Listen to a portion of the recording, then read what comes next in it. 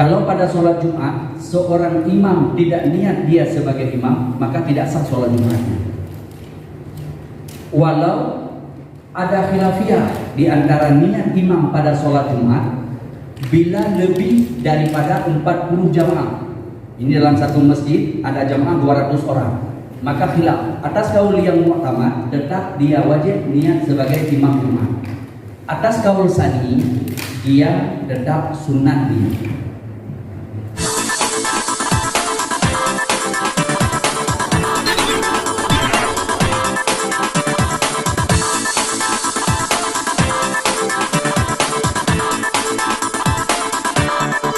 Makmum yang terlambat, ketika kita terlambat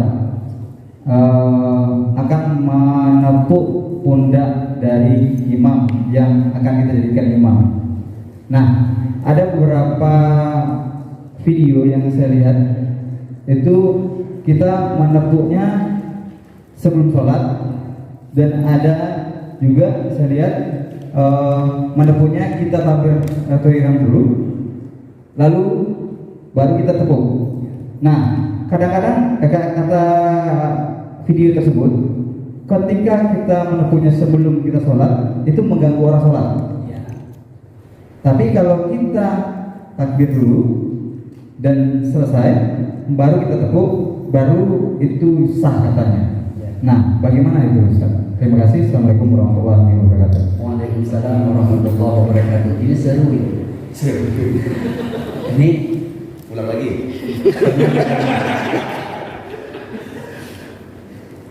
Sebenarnya seorang imam tidak wajib dia niat sebagai imam, kecuali yang wajib niat dia sebagai imam pada sholat Jumat. Kalau pada sholat Jumat seorang imam tidak niat dia sebagai imam, maka tidak sah sholat Jumatnya. Walau ada khilafiyah di antara niat imam pada sholat Jumat bila lebih daripada 40 jamaah. Ini dalam satu masjid ada jamaah 200 orang. Maka khilaf. Atas kaul yang mu'tamad tetap dia wajib niat sebagai imam Jumat. Atas kaul sani dia tetap sunat niat. Kalau sudah lebih jamaah daripada 40 pada sholat Jumat. Ini khilafiyah. Namun bila tidak sampai 40 atau pas 40, maka dia hukumnya wajib niat sebagai imam. Tapi kalau pada sholat berjamaah 5 waktu, imam untuk niat dia sebagai imam, maka itu hukumnya bukan wajib.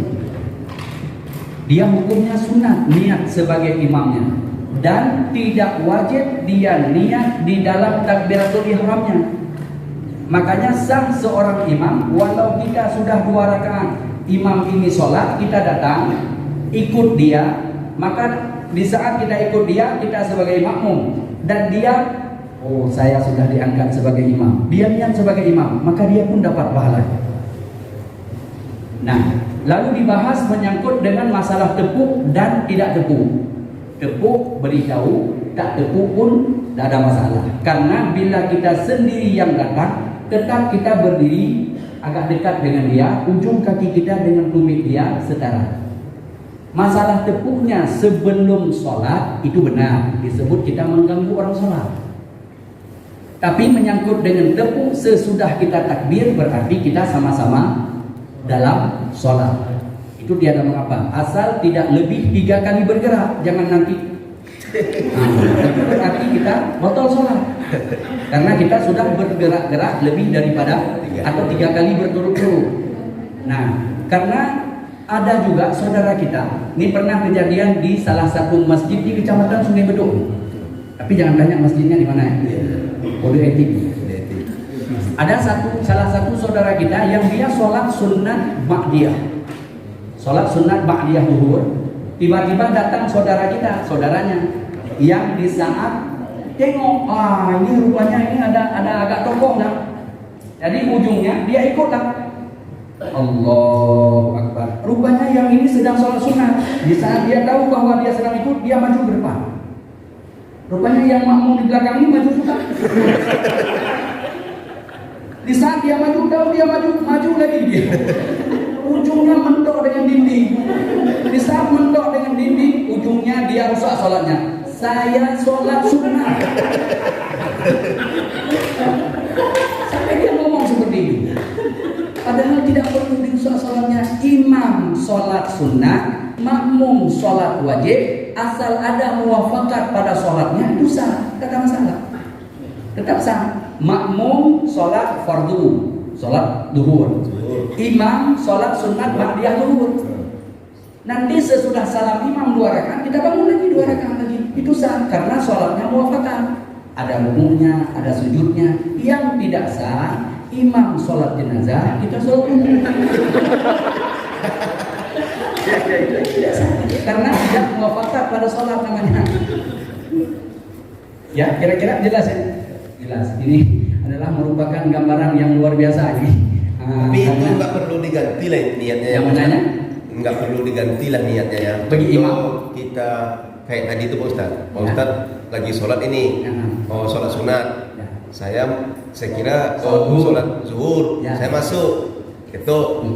Apakah imam ini perlu niat kepada zuhur? Iya, ganti lagi niatnya gitu kan? Ya. Nggak perlu, lanjut aja. Dia tetap sholat sunat ba'di. Iya. Ba'diyah. Dia tetap sholat sunat ba'diyahnya zuhur. Tetap 2 rakaat. Sesudah 2 rakaat imam salam, kita bangun selesaikan lagi 2 rakaat lah. 2 rakaat lagi. Nah itu yang contoh yang sunat Pak Ustad. Kalau seandainya sholat yang wajib di zuhur, Pak Ustad udah duluan, Pak Tengku sudah duluan sholat, udah zuhur ini kan? Ya. Saya masuk. Itu pertama niat Pak Tengku masih sendiri zuhur, ya. Kan gitu. Makanya itu ganti niat ya dalam hati. Makanya kalau seandainya dia kepingin dapat pahala, maka dia saya sudah diangkat sebagai imam. Tak ada masalah dalam hati. Yang penting jangan ngomong saya sudah diangkat sebagai imam.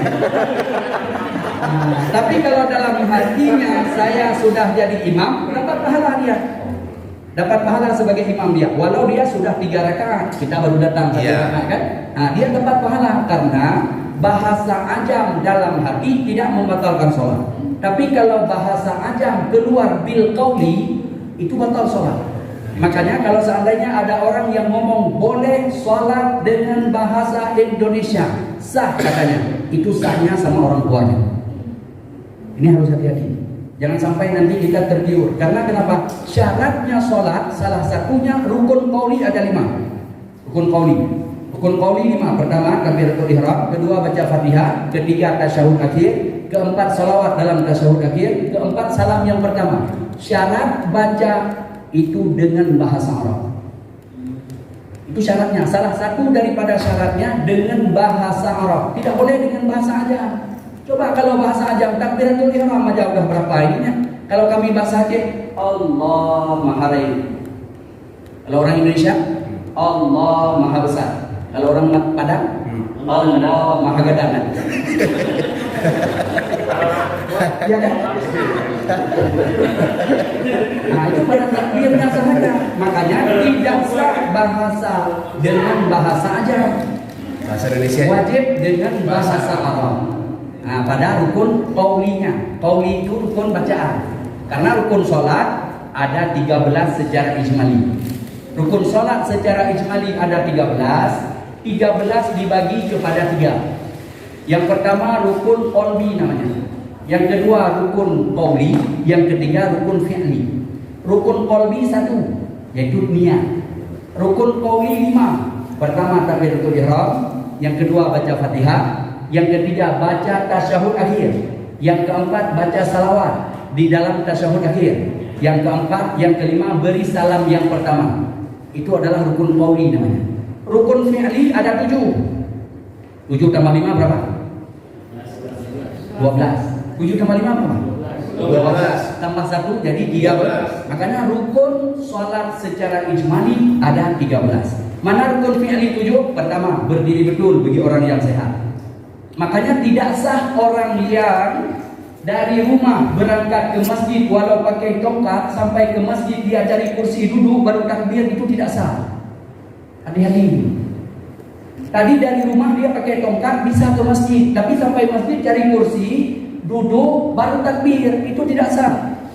Gara-gara tidak sah, gara-gara ada kursi. Yang punya kursi orang yang wakaf. Gara-gara punya kursi dia tidak sah, orang yang wakaf kursi dapat dosa.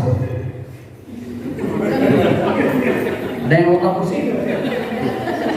Karena yang wakaf kursi bila dipakai oleh orang tak berilmu, maka tidak sah sholatnya. Tidak sah sholatnya, maka berdosa orang yang punya kursi. Yang wakaf kursi berdosa berapa? Makanya kalau wakaf ke masjid jangan wakaf kursi, wakaf Al-Quran aja. Nggak dibaca, nggak berdosa. Dibaca dapat pahala. Karena kalau kursi dipakai oleh orang yang tak berilmu, tidak sah sholatnya. Maka kita yang punya kursi ikut andil berdosa. Karena dari rumah dia sanggup pergi walau pakai tongkat ke masjid, tapi sampai masjid cari kursi duduk baru takbir, tidak sah. Karena rukun fi'li yang pertama berdiri. Rukun fi'li ada 7. Pertama berdiri betul, kedua rukuk, ketiga i'tidal, keempat sujud, kelima duduk antara dua sujud, keenam duduk tasyahud akhir. Yang keenam, yang ketujuh tertib. Karena tidak sah takbiratul ihram sambil duduk, salam nanti sambil berdiri, tidak sah. Nah, itu tertib. Karena tertib beraturan. Nah, ini yang disebut dengan rukun 13, insyaallah.